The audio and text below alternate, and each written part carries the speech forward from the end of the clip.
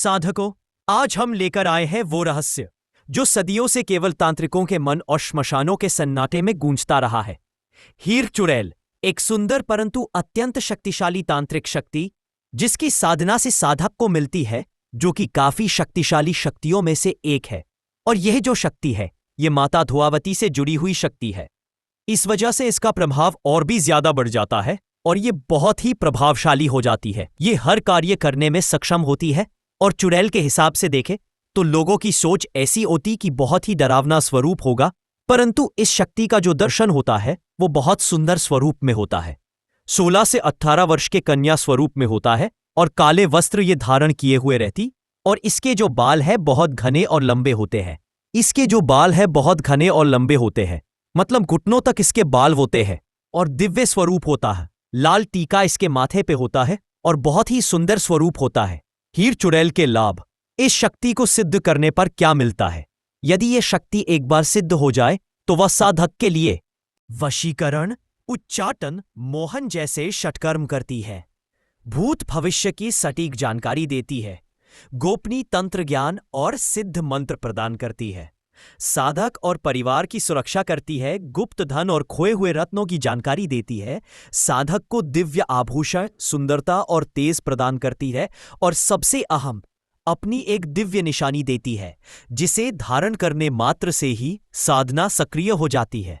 इसके अलावा जो है गोपनीय तंत्र ज्ञान भी प्रदान करती है, गोपनीय सिद्ध मंत्र भी प्रदान करती है अपने लोगों के। इसके अलावा जो है साधक या साधक के परिवार की हर प्रकार से ये रक्षा सुरक्षा भी करती है।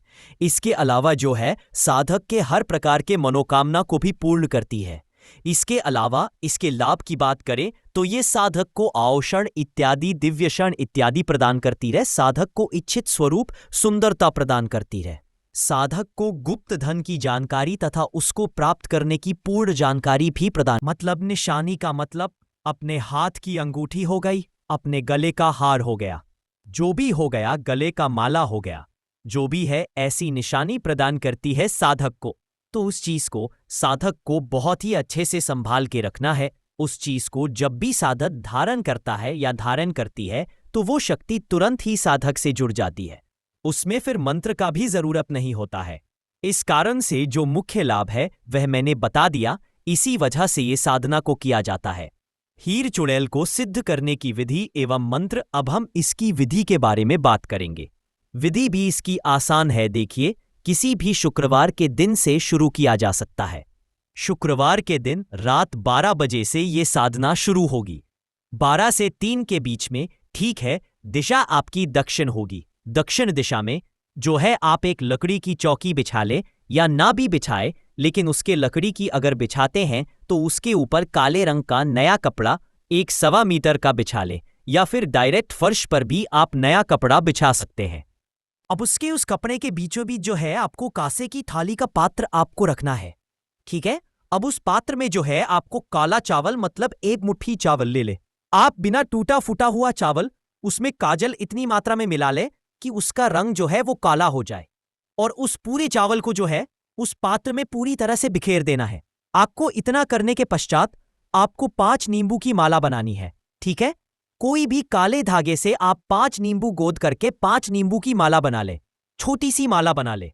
अब क्या करना है, आपने जो चावल स्थापित किए हैं उसके ऊपर सरसों तेल का दीपक लगा ले, और सरसों तेल का दीपक लगाने के पश्चात जो माला, अपने नींबू की माला तैयार की है, वह उस दीपक को जलाने के पश्चात उसको अर्पण कर दे। मतलब उस दीपक के चारों तरफ उस माला को छोड़ दे।